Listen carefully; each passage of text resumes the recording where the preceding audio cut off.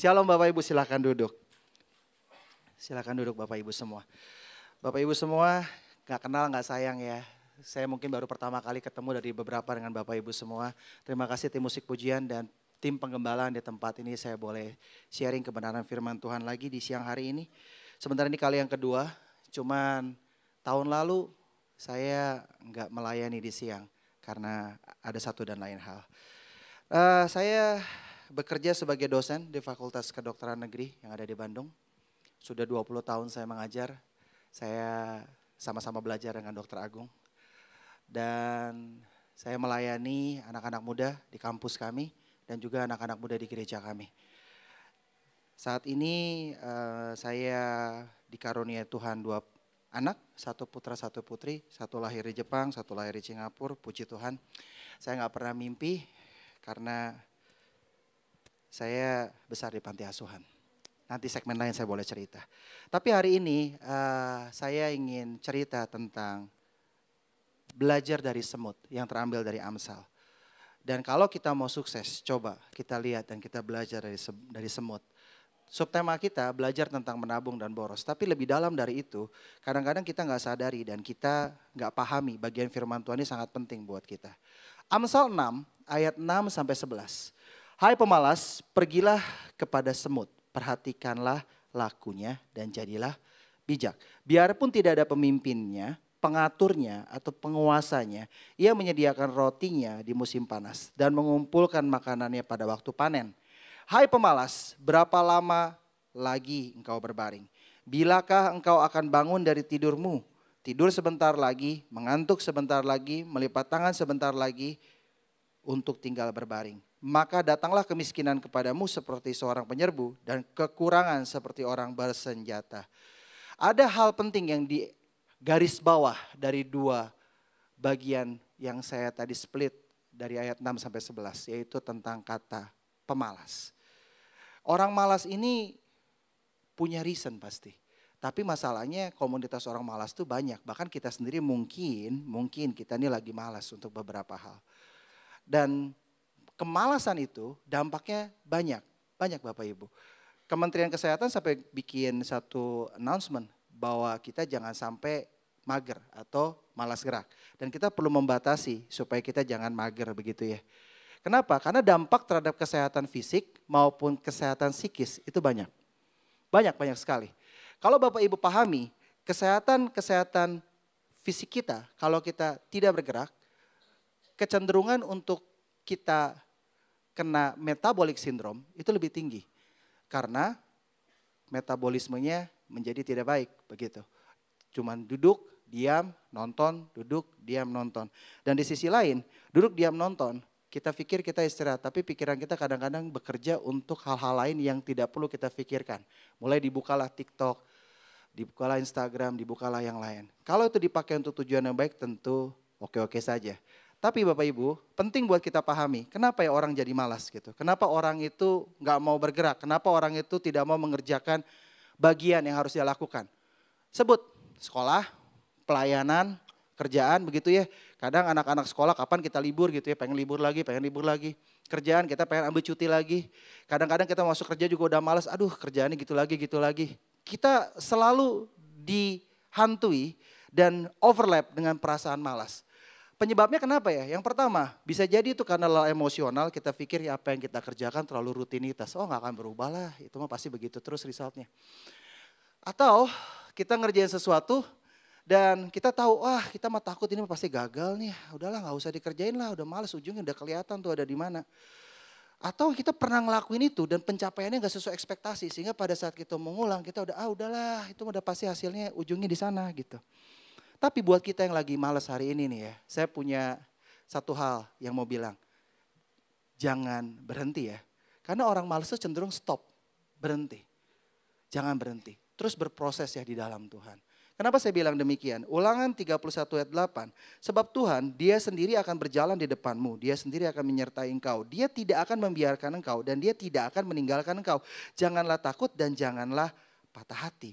Tapi seringkali kalau kenyataan di luar, keadaan di sekeliling kita nggak sesuai dengan harapan kita, kita cenderung jadi males. Kita cenderung jadi relaktan, gak mau ngerjain itu lagi. Oh enggak lah, jangan lah, gak bisa lah, itu mah gak oke lah. Saya gak mau di sana.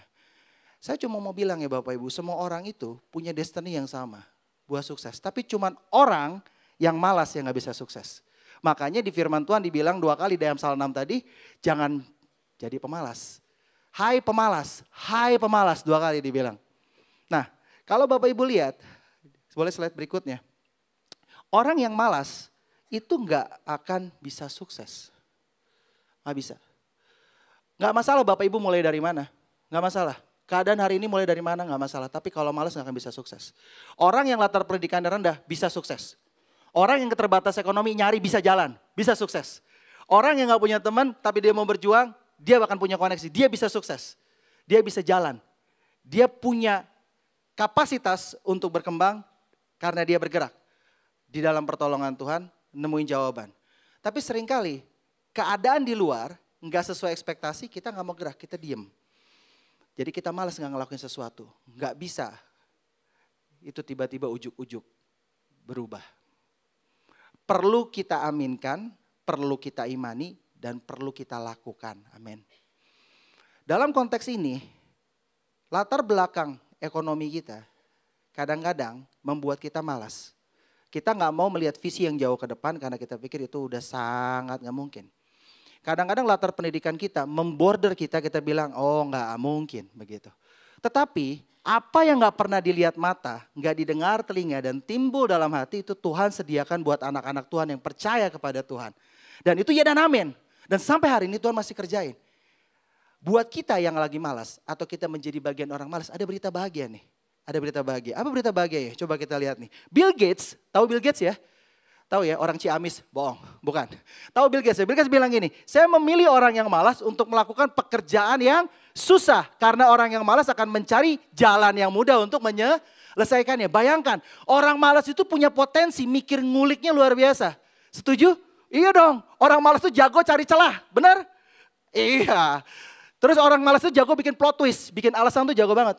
Kenapa kamu gak bikin? Oh soalnya begini. Kayaknya runut banget, indah banget kalau dikarang. Kayak novel, betul gak? Orang malas itu jago manage waktu. Kenapa? Karena dia pengen waktu malasnya lebih banyak. Jadi bayangin kalau Tuhan minta kita yang punya sifat malas. Karena kita naturalnya manusia punya sifat malas. Kalau kita yang malas Tuhan tarik dalam pertolongan Roh Kudus. Berubah menjadi orang yang rajin. Bayangkan kapasitas kita seperti apa. Betul gak? Iya dong. Coba lihat kiri kanan, muka malas, muka rajin. Wah rajin lah ya, rajin dong, rajin. Jangan tuduh temannya, jangan dituduh. Gak apa-apa, diterima aja diterima. Boleh slide berikutnya. Nah jadi Tuhan minta kita untuk belajar. Hei pemalas katanya. Coba kamu lihat semut, belajar sama semut. Semut itu rajin, hampir gak pernah berhenti gerak.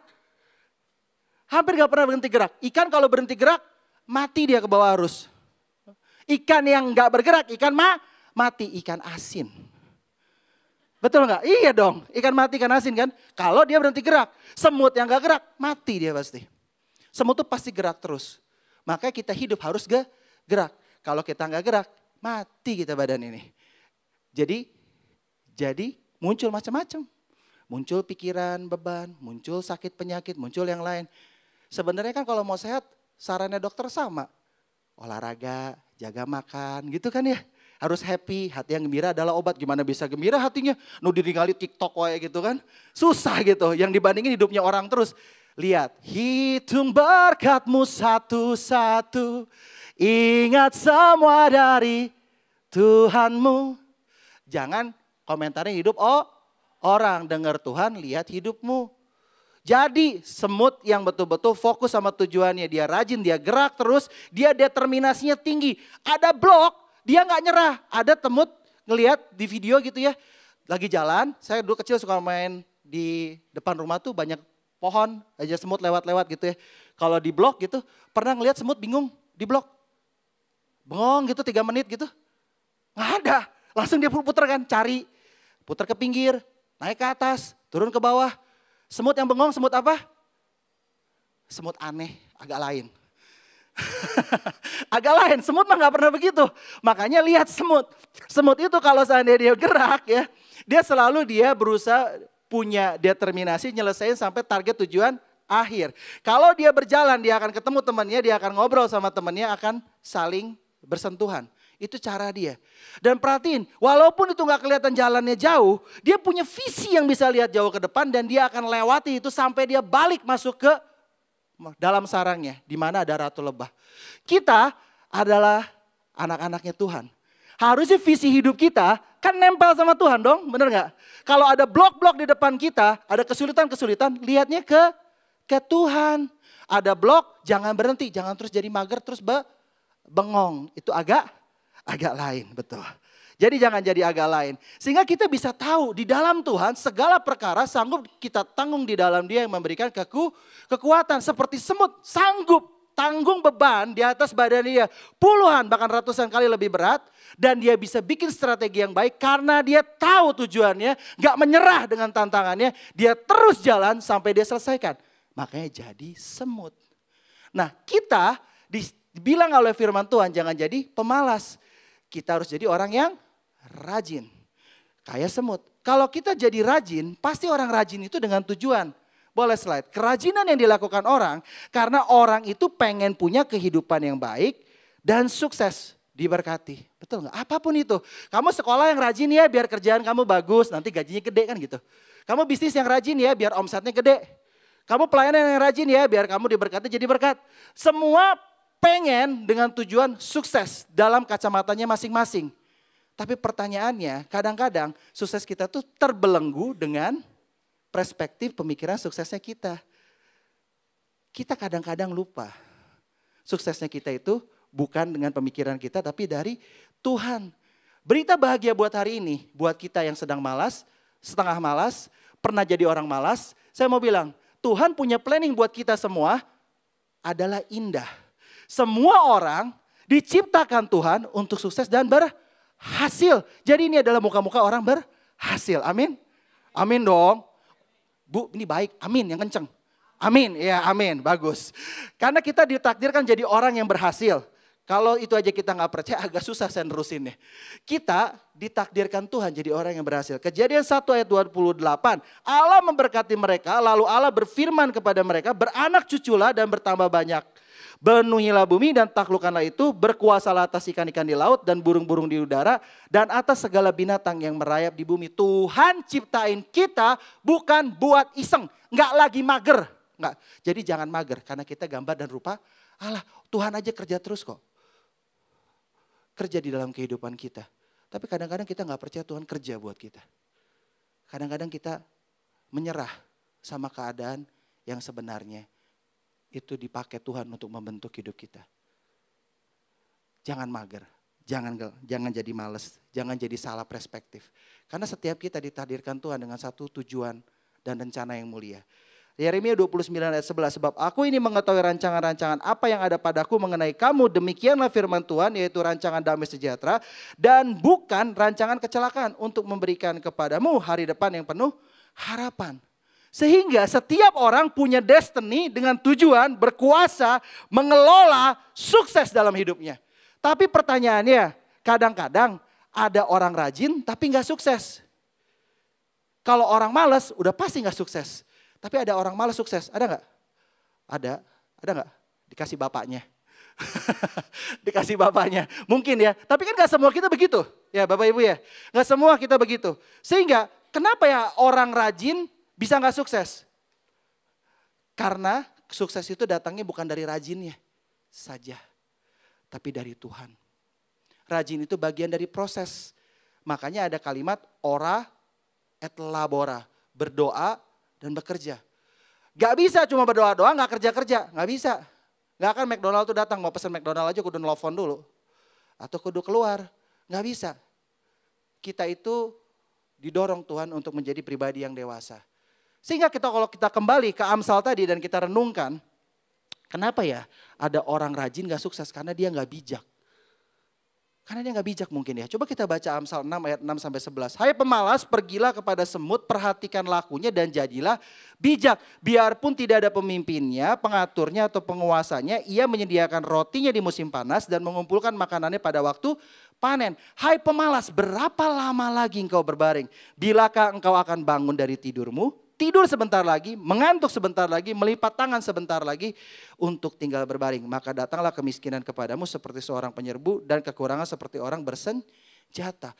Pesan berikutnya, satu, jangan malas. Pesan berikutnya, jadilah bijak. Amsal 9 ayat 10 mendorong kita untuk bertumbuh menjadi seorang dewasa dan bijak. Orang dewasa itu tahu responsibility-nya, tahu bagiannya, tahu cara dia mengatur hidupnya, gak serampangan. Dan jadi bijak. Untuk jadi bijak, firman Tuhan jelas bilang, takut akan Allah adalah permulaan hikmat dan pengetahuan. Takut akan Allah. Itu kuncinya. Sehingga kalau seandainya kita menjadi bijak, kebijakan kita itu karena kita takut akan Tuhan dan Tuhan bilang sama kita apa yang harus kita kerjain. Sehingga kita tahu persis kemana, apa, dan bagaimana. Semua yang kita kerjakan dengan rajin gak menjamin kesuksesan kita. Saya mau bilang, ada begitu banyak orang, tadi pagi saya contohkan, lulus dari universitas ternama, punya ijazah keren, lulus cum laude, tapi gak dapat kerja. Benar?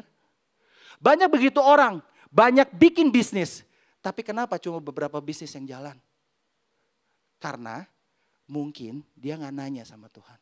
Gak berhikmat untuk berdoa dengan sungguh, apa yang harus saya kerjain. Saya gak percaya, Tuhan pasti bilang sama kita. Tuhan pasti kasih tunjuk sama kita langkah-langkah yang harus kita kerjain. Kita ngadapin pekerjaan yang kayaknya monoton dan sulit. Tuhan pasti kasih tahu kita kenapa harus ngerjain itu dan apa yang harus kita kerjain. Untuk satu dan lain hal, Tuhan tunjukkan dan kasih tahu sama kita setiap details. Bapak Ibu, satu waktu nih ya Bapak Ibu ya. Saya mau cerita sedikit ya tentang saya di Singapura nih. Saya tuh pelayanan di sana, pelayanan untuk sound system. Dan kita tuh pelayanan di Hyatt Hotel. Jadi saya datang paling pagi, pulang paling sore untuk pasang sound system, pasang kabel, apalagi kalau masang drum. Astagfirullah Tuhan Yesus. Itu kabelnya banyak banget Bapak Ibu sampai harus ngapalin merah, kuning, hijau, biru, jingga tuh. Gak boleh kebalik. Mana yang senar, mana yang tom-tom, mana yang lain-lain. Itu harus pasangnya tiap pagi. Tapi ya dalam konteks itu Bapak Ibu, saya ngerasa bahwa pelayanan itu kayaknya susah banget ya. Dan saya ngerasa bahwa itu gak cocok, Tuhan tuh mau ngajarin apa gitu ya. Saya tuh udah pengen berhenti berkali-kali. Tapi hari itu, saya udah malas, saya ngelihat itu saya udah malas. Jadi pelayanan yang begitu adalah pelayanan yang gak kelihatan. Pelayanan yang gak dilihat. Saya 2,5 tahun ngerjain itu Bapak Ibu. Dengan salah satu supervisor namanya Ko Freddy Huang. Masih ada kemarin saya juga ketemu ngobrol. Masangin kabel ya Bapak Ibu ya. Gak ada yang ngajak ngobrol saya. Saya sedih luar biasa. Saya bilang kok gitu banget ya saya bilang. Jadi sepanjang saya pasang kabel terus taruh sound gitu. Gak ada yang betul-betul nyapa. Gak ada yang betul-betul terima kasih gitu. Saya jadi malas banget ke gereja. Saya jadi malas banget pelayanan. Ini saya nih. Saya jadi malas. Walaupun orang bilang jangan lihat rupa, kerjakan buat Tuhan. Tapi dalam menjalaninnya gak gampang ya Bapak Ibu ya. Agak layan yang kayak gitu. Jadi bara-boro dilihat. Saya nempel kabel tuh dilewat aja gitu. Sampai satu waktu saya udah culminate. Saya udah mau marah. Terus saya bilang sama istri saya mau berhenti aja lah pelayanan. Saya udah gak sanggup, saya udah malas banget saya bilang gitu. Pemalas. Saya berusaha rajin dengan kekuatan saya. Tapi saya pemalas. Saya langsung malas tuh, karena saya nemuin beberapa hal yang menurut saya tuh gak cocok di hati saya. Terus istri saya dengan entengnya bilang gini, Ron, dulu yang minta siapa? Wah saya langsung dek di hati saya. Karena cerita awalnya, kenapa saya sampai pelayanan sound, Bapak Ibu ya. Saya waktu datang ke Singapura, saya ketemu sama satu agen untuk sewa apartemen. Ternyata agen itu adalah jemaat di BCS Singapura. Namanya Ci Abed, nanti boleh ketemu lah, orangnya masih ada. Terus saya ngobrol sama dia, saya tanya, oh iya saya juga Kristen, oh iya sama, kalau gitu nanti ke gereja kita aja, oh iya nanti saya ke gereja Cici lah boleh, oh iya. Terus Roni dulu ngapain di gereja? Oh saya pelayanan, oh gitu, oh ya bagus ya puji Tuhan ya. Emang kalau di gereja sini butuh pelayanan apa? Sombong banget ya, sompral saya nih ngomongnya. Pengennya saya, ini kan saya nanya, gereja ini butuh pelayanan apa? Pengennya saya dia jawab. kamu dulu pelayanan apa? Pengennya gitu kan? Iya kan? Loh apa yang saya mau kan? Pengennya gitu. Di plot twist di kepala saya tuh pengennya dia jawab begitu. Dia bilangnya langsung, soundman Ron, katanya gitu. Astagfirullah, apa ini soundman, saya bilang nih. Ternyata soundman itu bagian nempelin kabel sama pasang-pasang sound. Sama benerin mixer di belakang. Dan saya gak tahan tuh, gak dilihat orang sama sekali. Gak ada orang yang nyapa dalam perjalanan itu. Selewat gitu aja gitu ya. Karena mungkin kadang-kadang tasnya lebih berat gitu ya, atau lebih apa jadi lihatnya ke atas gitu, nggak lihat ke bawah, nggak tahu saya juga gitu ya. Satu waktu ada pelayanan family gathering yang namanya family gathering time BCS sama Pak Johanandoyo, semuanya tuh kumpul, ada ribuan. Terus mereka butuh dokter, nggak tahu gimana mereka tahu saya dokter. Terus dipanggil meeting kayak begini, terus disebutin, ya nanti di acara family gathering katanya. Nanti kita dibantu sama dokter Roni yang ngebantu untuk medik di belakang katanya gitu. Coba dokter Roni boleh berdiri. Begitu berdiri mereka gak familiar sama nama saya. Begitu saya berdiri saya dipandang ujung kepala sampai ujung kaki. Dilihat 3 kali. Luar biasa nih scanningnya lebih hebat dari CT scan saya bilang. Wih dilihat begini. Oh saya bilang ya udahlah saya bilang gitu kan ya. Nah selesai ada mujizat. Minggu depannya saya diajak ngobrol Pak Bu. Waktu saya lagi nempel tiba-tiba ada oma-oma berhenti. Roni ya? Iya tante. Kamu di sini ngapain katanya? Oh saya kerja di NUS tante. Oh kamu apa dokter? Iya saya dokter. Kamu apa? PhD tante. Lulus dari mana? Dari Jepang. Kamu ngapain nempel kabel? Emang dosa ya tante nempel kabel saya bilang. Apa dosanya saya nempel kabel? Tapi hari itu saya jadi belajar. Sepanjang 6 bulan itu saya jadi belajar. Bahwa kadang-kadang kita tuh ngerjain pelayanan. Apa yang kita mau bukan apa yang Tuhan mau. Kadang kita ngedengerin apa yang orang appreciate bukan apa yang Tuhan appreciate. Dan kadang-kadang kalau kita gak dapat itu di lingkungan kita, kayak tadi tuh pahit hati kita. Jadi malas ngerjainnya, malas ngerjain pelayanan, malas ngerjain kerjaan. Kerjaan juga kan gak semuanya baik. Kadang-kadang kita bilang toksik, betul? Lingkungan kerja, wah si ini mah begini, si ini mah begitu. Tapi kadang-kadang sebelum ngomong gitu cek dulu besi kita yang beracun. Bisi. Kan keong juga gak sadar kalau dia beracun keong ya kan. Ular juga gak sadar loh kalau dia beracun. Enggak, tapi kalau kesenggol orang mati. Tapi dia gak sadar kalau dia bawa racun. Jadi kadang-kadang kita perlu introspeksi. Hal pertama untuk kita bisa mengerti kenapa ya orang rajin gak selalu sukses. Karena mungkin dia gak bersandar penuh sama Tuhan dan dengar suara Tuhan. Karena semua kesuksesan Tuhan yang kasih. Rajin itu bagian dari proses. Jadi kita perlu bijak nempel sama Tuhan baik-baik sehingga kita ngerti apa yang harus dikerjain. Kalau kita nempel sama Tuhan kita pasti hidup di dalam roh. Kalau kita hidup di dalam roh buah-buah rohnya kelihatan. Buah-buah roh yang paling akhir ada penguasaan diri. Kita bisa punya penguasaan diri. Kita punya kasih di atas semuanya. Mulut dan tangan kita tuh bisa direm kalau ngomong. Sehingga dalam kehidupan kita itu betul-betul bisa melakukan apa yang Tuhan mau. Melakukan apa yang Tuhan mau berarti kita masuk dalam fase berikutnya yang lebih penting adalah hidup kita bukan hanya di dalam roh menghasilkan buah-buah Roh Kudus. Tetapi hidup dipimpin oleh Roh Kudus. Pengenalan kita sama Tuhan membuat hidup kita tuh bijaksana. Kita bisa membedakan apa yang namanya boros, apa yang namanya irit, apa yang namanya pelit. Beda tuh, beda betul. Jangan sampai kita menyamakan pelit dengan irit. Katanya kalau pelit mah bawaan lahir. Bohong, enggak deng. Kalau pelit itu beda sama irit. Kalau irit itu ada perspektif perhitungan dan plotting-plotting yang kita kerjakan. Sehingga kita nggak keluar dari hal-hal yang sudah direncanakan. Kehidupan kita itu hamba Tuhan aja direncanakan sempurna dari awal sampai akhir. Lah kok bisa kita serampangan sama hidup kita. Lah Tuhan aja yang ngerencanain semuanya indah, detail buat kita. Tapi kadang-kadang kita nggak mau denger. Jadi orang rajin, kemudian dia nggak sukses. Apa sebabnya? Karena yang pertama mungkin dia hidup tidak sesuai dengan panduannya. Efesus 2 ayat 10, karena kita ini buatan Allah diciptakan dalam Kristus Yesus untuk melakukan pekerjaan baik yang dipersiapkan Allah sebelumnya. Ia mau supaya kita hidup di dalamnya. Saya mengerjakan bukan apa yang saya mau. Apa yang Tuhan mau, yang Tuhan taruh di depan saya, yang saya harus kerjakan. Yang ternyata pada akhirnya itu menjadi berkat buat hidup saya dan membentuk hati saya sebagaimana saya ada hari ini. Dan demikian Bapak Ibu semua. Pekerjaan-pekerjaan yang sekarang dikerjakan, pelayanan-pelayanan yang sekarang dikerjakan, keluarga yang kita miliki, enggak kebetulan Tuhan taruh begitu. Tapi kita ada di sana untuk menyempurnakan keluarga kita karena kasih Kristus.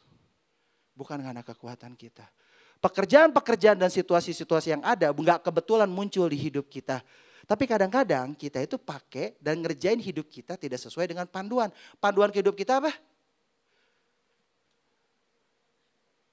Ini panduan hidup kita. Kalau ini aja kita nggak pernah baca, jangan salahin kalau kita salah jalan. Kalau kita nggak pernah dengar suara Tuhan dan berdoa, terus nggak baca firman, terus mau dari mana Tuhan kasih taunya kita? Tuhan kan nggak nonton telenovela ya. Drakor? Enggak kayaknya. Apalagi Instagram. Tuhan mah nggak ngasih like di Instagram. Kalau mau tanya Tuhan suka atau enggak, berdoa. Jadi bukan cuma ngomong kita mengenal Tuhan, tapi kita dikenal sama Tuhan. Kita nggak bilang Tuhan, Tuhan, Tuhan, tapi Tuhan kenal sama kita. Jangan-jangan nih kita berjalan nggak sesuai dengan buku panduan firman Tuhan. Kalau kita lihat mobil ya, kalau saya analogin mobil, penyebab mobil boros. Mobil aja pengen cari yang irit, betul nggak? Iya dong, pengen yang bensinnya bisa berapa puluh kilo, pengen efektif pembakarannya dan lain sebagainya. Tapi bagaimana kita bisa mendapatkan hasil itu? Lawang buku manual aja nggak dipakai. Mobil ada buku manualnya nggak? Ada. Bensinnya harus apa? Ganti oli berapa lama? Tekanan bannya berapa? Jangan ngeluh bebannya keberatan, tekanan bannya nggak lu sesuaiin.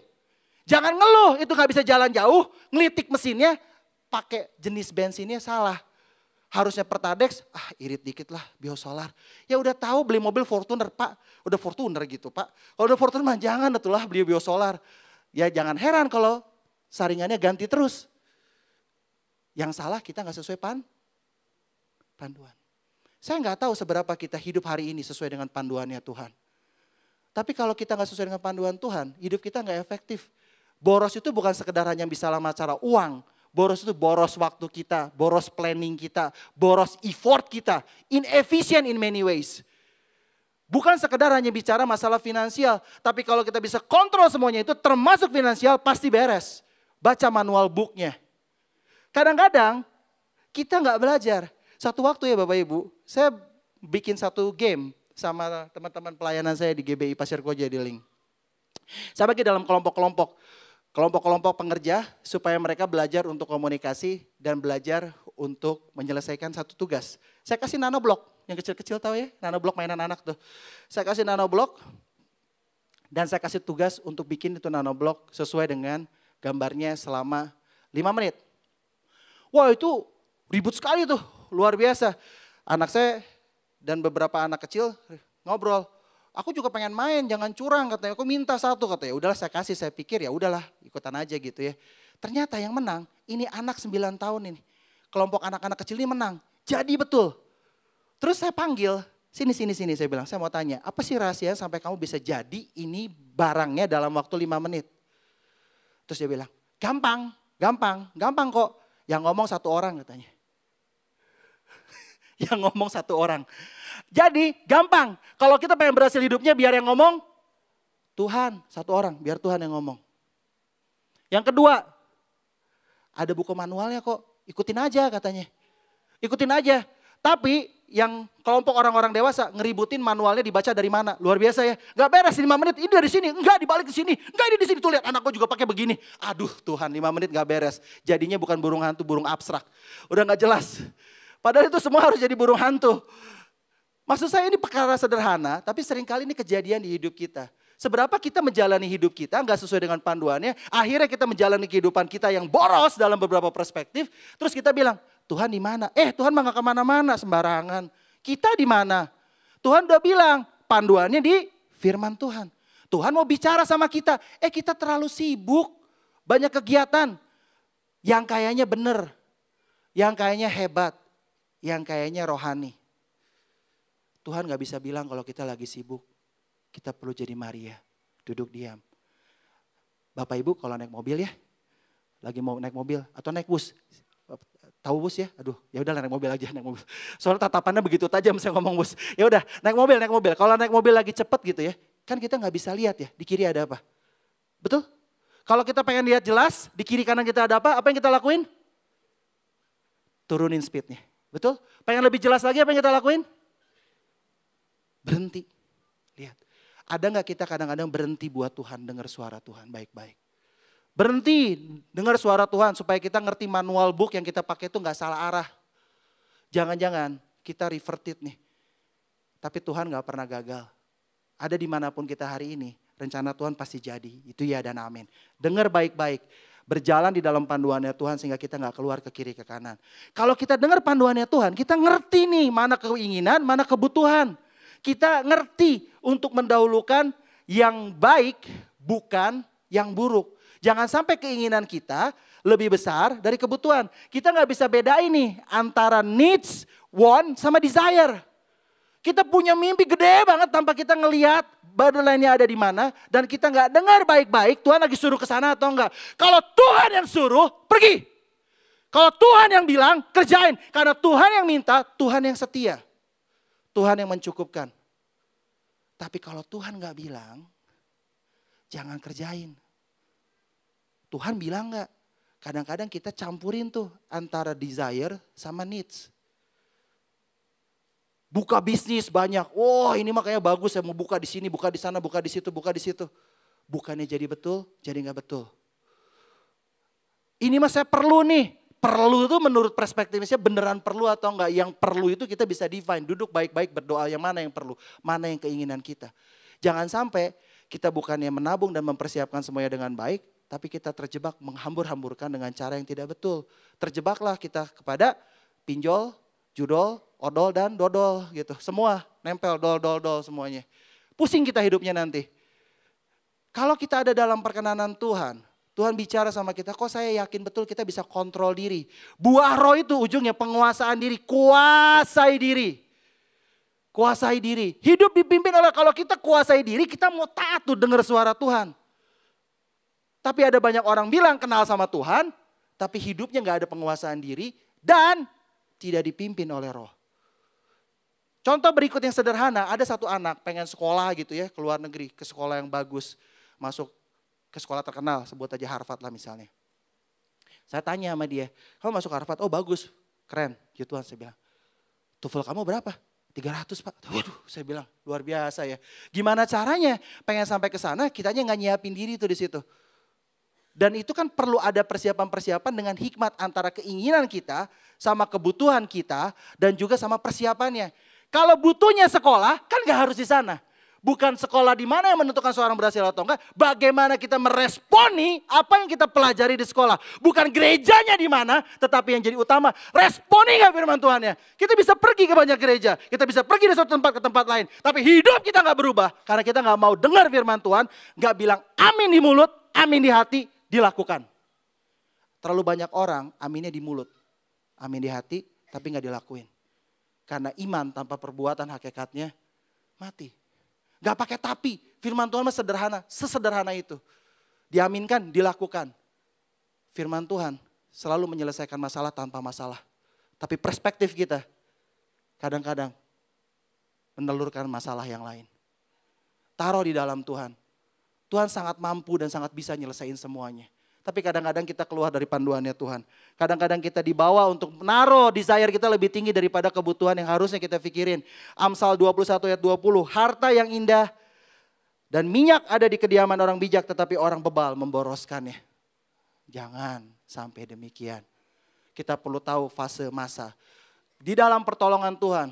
Kita bisa menentukan prioritas, menyusun dengan bijak, menyimpan dengan baik. Dan kemudian kita memutuskan apa yang harus dikerjakan. Ingat Bapak Ibu, uang itu dikasih sama Tuhan. Dan Tuhan itu ngasih kuasa sama kita untuk menikmatinya. Selain uang, Tuhan juga kasih begitu banyak berkat buat kita dalam hidup kita. Jadi kalau bicara apa yang Tuhan kasih, itu gak semata-mata berhenti di uang berkat itu. Kelola semuanya dengan bijak. Kita punya kesehatan, kelola waktu ya dengan baik. Kelola waktu dengan baik. Kita lagi sehat, boro-boro inget doa. Drakor 8 jam, doa 5 menit. Nggak imbang. Tolong dibikin imbang sedikit gitu, geserin dikit. Taruh buat Tuhan, lebih serius. Jangan sisihkan waktu, taruh waktu buat Tuhan. Kita itu perlu untuk memahamkan diri kita bahwa kita ada hari ini karena Tuhan.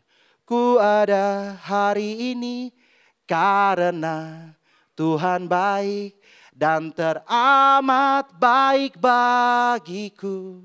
Amin. Kalau itu amin, dengar baik-baik Tuhan. Dengar baik-baik. Semua yang kita punya hari ini termasuk uang. Tuhan yang kasih. Bukan masalah uang, tapi kadang-kadang jangankan uang, bagi hati perhatian aja gak mau. Bagi WA untuk tanya kabar aja gak mau. Bagi waktu buat kasih pelayanan dan senyum aja gak mau. Saya bisa ngerasain disenyumin itu berharga banget saat 6 bulan gak ada yang senyum sama saya. Kerasa banget. Jadi Aser kalau senyum tuh happy banget saya ngelihatnya. Karena saya tahu apa artinya gak disenyumin.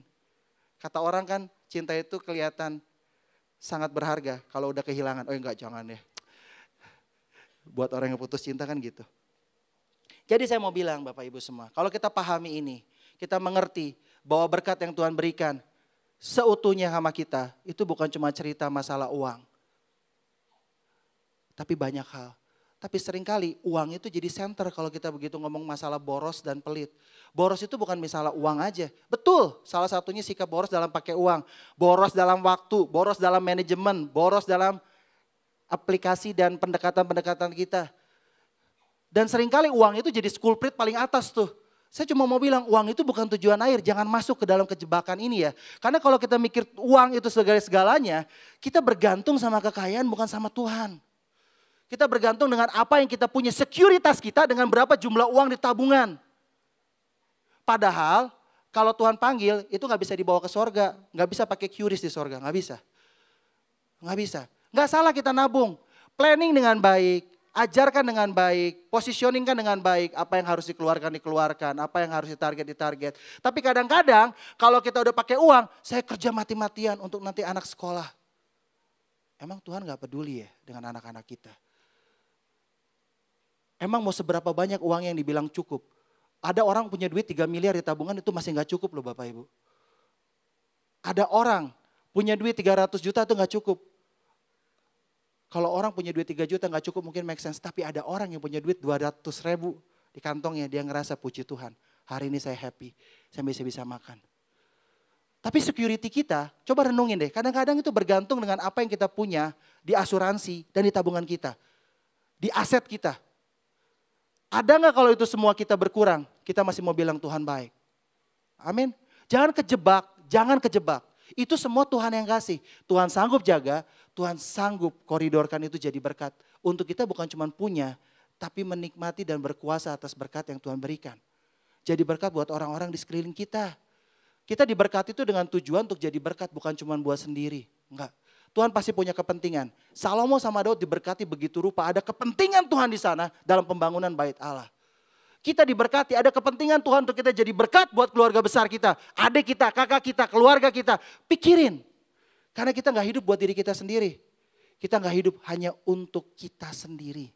Enggak. Tapi Tuhan titipkan orang-orang di sekeliling kita untuk kita hidup menjadi berkat buat mereka. Jangan jadi sombong sama lupa diri, kerasa kita bisa cari uang terus kita bilang wah kita yang bisa lah gitu. Akhirnya kita terus puter-puter tuh, kejar-kejar tuh.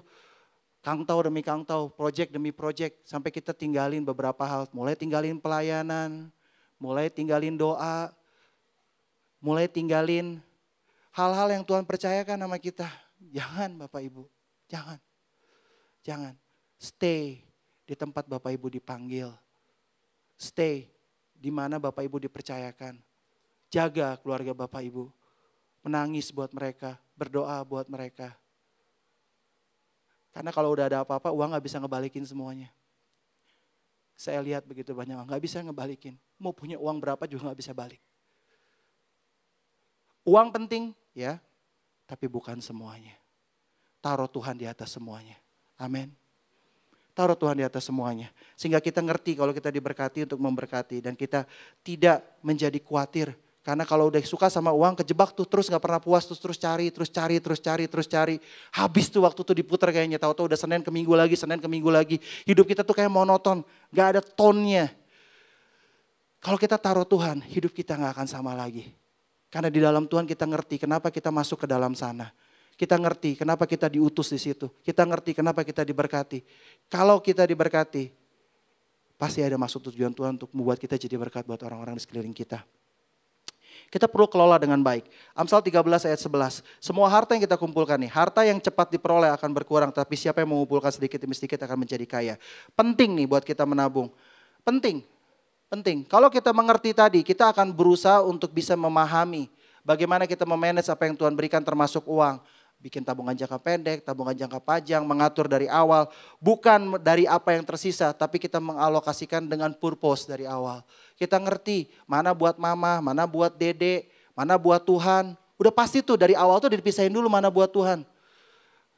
Tuhan mah gak perlu uang kita. Tapi percayalah saat kita taruh buat Tuhan, Tuhan tuh lagi bentuk hatinya kita Bapak Ibu. Kalau enggak hidup kita dikontrol sama uang. Hidup kita dikontrol sama uang. Percayalah Tuhan gak perlu uang kita. Saya betul-betul Bapak Ibu melihat penyertaan Tuhan yang baik. Dalam semua pekerjaan yang dia mau di dalamnya dikerjakan. Ada aja tangan yang ngeberesin semuanya. Gak kelihatan. Betul-betul gak kelihatan. Dan kalau hidup kita taruh di dalam tangan Tuhan. Kok saya percaya penyertaan Tuhan tuh yang menyelesaikan semuanya buat kita. Tuhan yang memampukan kita untuk melihat dengan cara yang extraordinary.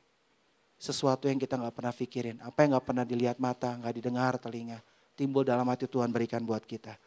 Perlu kita kelola dengan baik. Amsal 10 ayat 5. Siapa kumpulkan pada musim panas ia berakal budi. Kejadian 41, 34 sampai 35. Yusuf bisa membaca keadaan bukan karena dia pintar tapi karena Tuhan ada bersama dengan dia. Dan Tuhan mengingatkan. Sehingga dia tahu apa yang harus dia siapin. Dia pilah dengan baik tuh. Mana yang harus dia beri, mana yang harus dia simpan, seberapa banyak. Tuhan kasih details. Pada saat Tuhan kasih visi, Tuhan pasti kasih details. Tuhan kasih visi penuh bikin bahtera di atas gunung, Tuhan kasih detailsnya. Baca firman Tuhannya. Jendela, pintu, ukuran, siapa naik duluan, semua ada. Dan kita perlu untuk bijak. Sehingga kita bisa meninggalkan legacy buat anak cucu kita. Seperti di Amsal 13 ayat 22. Bagian yang ketiga ya, Bapak Ibu. Jadi kalau Bapak Ibu menyimak dua bagian tadi, pada prinsipnya, kita semua kerja rajin. Gak jadi pemalas, pasti dengan tujuan. Tapi tujuan itu akan bisa tercapai kalau kita jalan sama Tuhan. Bukan cuma rajin. Firman Tuhan ngingetin kita untuk kita betul-betul berdoa dan bekerja. Itu nyambung, paralel. Firman Tuhan di 2 Tesalonika 3 ayat 10, sebab juga waktu kami berada di antara kamu, kami memberi peringatan ini kepada kamu. Jika seorang tidak mau bekerja, janganlah ia makan. Kerja. Harus kerja kita itu. Dan mengerjakan bagian kita. Jangan diem, karena yang diem tadi mati. Jangan diem. Jangan diem. Jangan pilih-pilih. Anak muda sekarang kadang-kadang seringnya bilang, oh bukan passion saya kok. Aduh saya mah bagiannya ini, saya mah bisanya ini, maunya ini. Gak pernah datang tuh yang dimauin. Gak pernah muncul. Gak pernah muncul. Karena terlalu ngegunggungin passion. Dia gak mengerti situasional hari ini. Berapa demand pekerjaan dan berapa yang tersedia, berapa lulusan. Berapa yang sampai gontok-gontokan cari kerjaan. Tidak memvalue apa yang ada di depan mata. Oleh karena itu Bapak Ibu berdoa. Tuhan kasih hikmat mana yang harus kita ambil, mana yang harus kita kerjain. Kalau kita berjalan di dalam Tuhan dan Tuhan tunjuk ke sana. Percayalah Tuhan bikin kita punya passion di situ. Jadi berkat, jadi hebat pasti di situ. Bukan masalah bentuknya. Tapi kadang-kadang kita selalu nafikan begitu bentuknya gak sesuai di hati kita udah gini tutup mata. Bapak Ibu, udah tutup mata. Gak mudah Bapak Ibu. Saat saya pulang dari Singapura, tadi saya sempat sharing. Saya kerja di NUS 2,5 tahun. Pada saat saya mau pulang berat Bapak Ibu. Kenapa? Karena yang hilang bukan cuma angka depan ganti. Digitnya hilang gaji saya. Waktu saya mau pulang yang bikin saya sedih itu pertanyaan istri saya. Ron, gaji kamu berapa kalau di Indonesia? Ya PNS 3B. Itu berapa? 2,5 juta saya bilang gitu sebulan. Cukup apa? Dalam buat saya Bapak Ibu. Mikir cukup apa ya? Bayar sekolah anak di BPK 2 saya bilang. Tapi saya bilang Tuhan kita adalah Tuhan yang menyediakan, amin. Sampai detik ini Tuhan setia. Apa yang gak pernah dilihat mata, gak timbul dalam hati dan didengar telinga saya, Tuhan sediakan betul-betul. Sampai sekarang. Jadi waktu terakhir setelah 3-4 tahun saya pulang, saya tanya lagi sama istri, kalau gini pulang gak nak? Ya pulang lah kalau kayak gini mah katanya. Tapi kan waktu pulang gak kelihatan Bapak Ibu. Keadaan itu tidak seindah bayangan saya. Tapi sekali lagi, maukah kita bersandar dan percaya sama Tuhan? Meskipun hari ini kayaknya sulit buat kita. Meskipun hari ini kayaknya membuat kita malas. Malas untuk banyak hal. Malas berdoa, malas baca firman. Malas ke PA, malas ke Carousel. Malas aja malas. Minta sama Tuhan Bapak Ibu, karena Tuhan mah gak pernah pergi kemana-mana dari hidup Bapak Ibu. Tapi sering-sering kita yang pergi ngejauhin Tuhan. Terus kita nyalahin Tuhan. Agak layan kita ini Bapak Ibu. Agak layan kita ini. Kita yang salah, kita yang keluar dari buku manual, kita yang bilang Tuhan ada di mana, gak salah kita bilang gitu.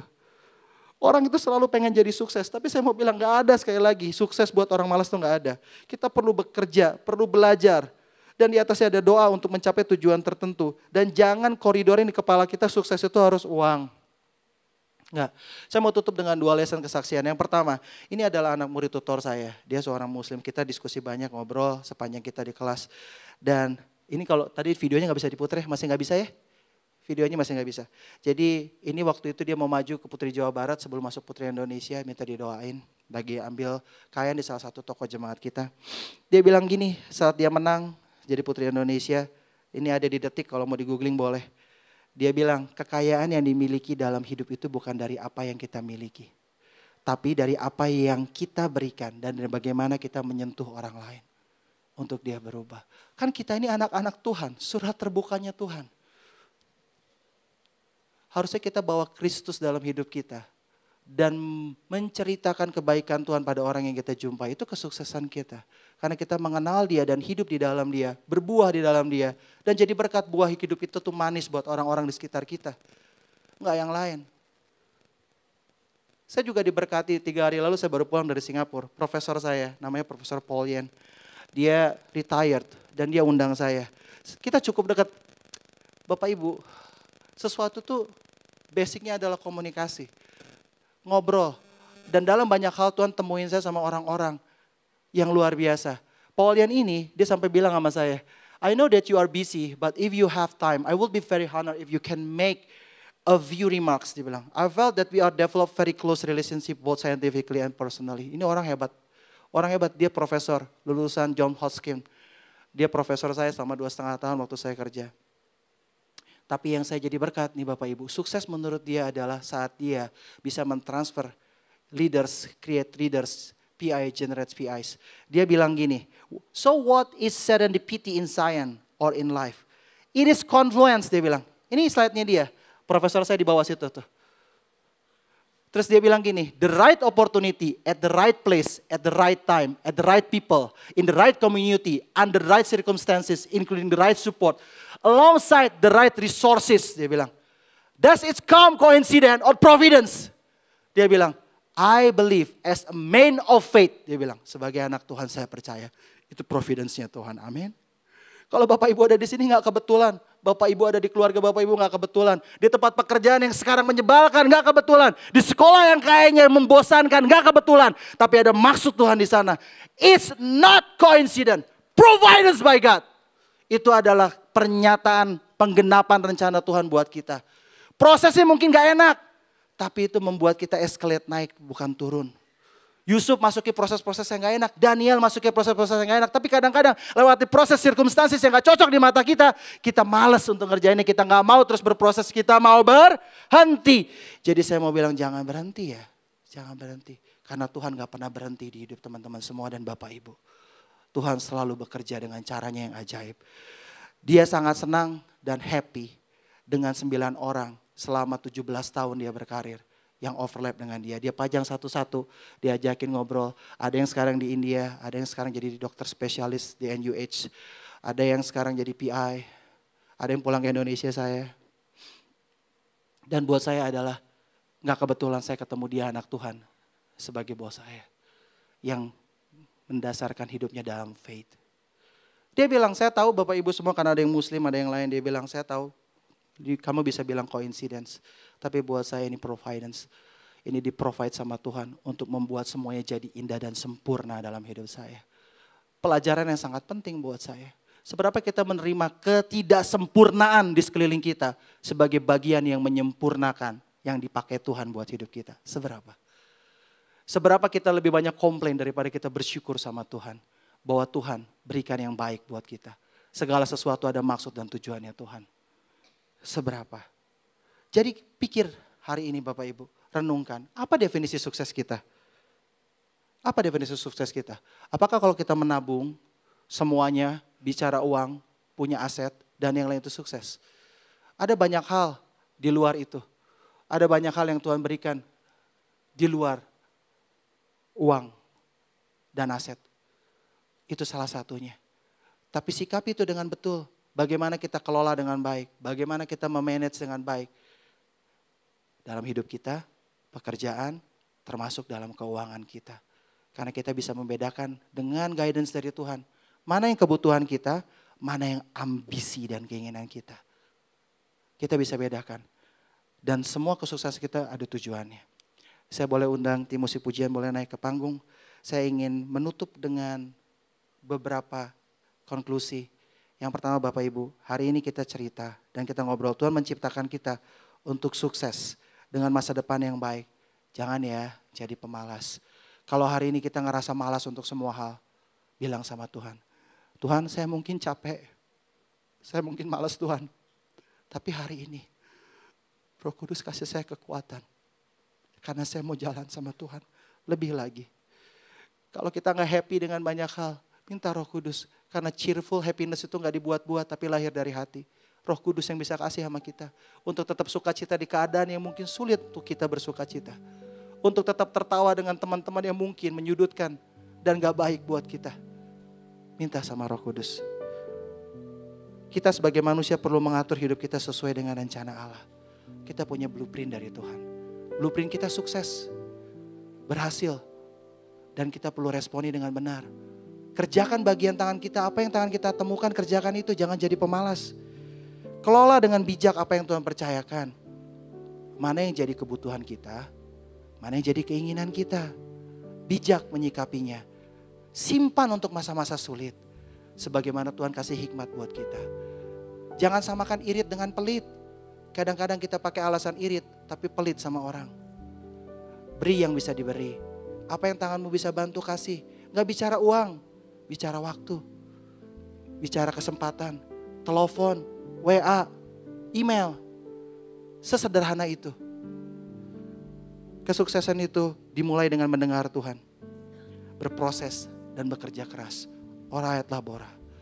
Jadi saya sungguh berdoa. Kesuksesan kita itu harusnya ya Bapak Ibu. Harusnya.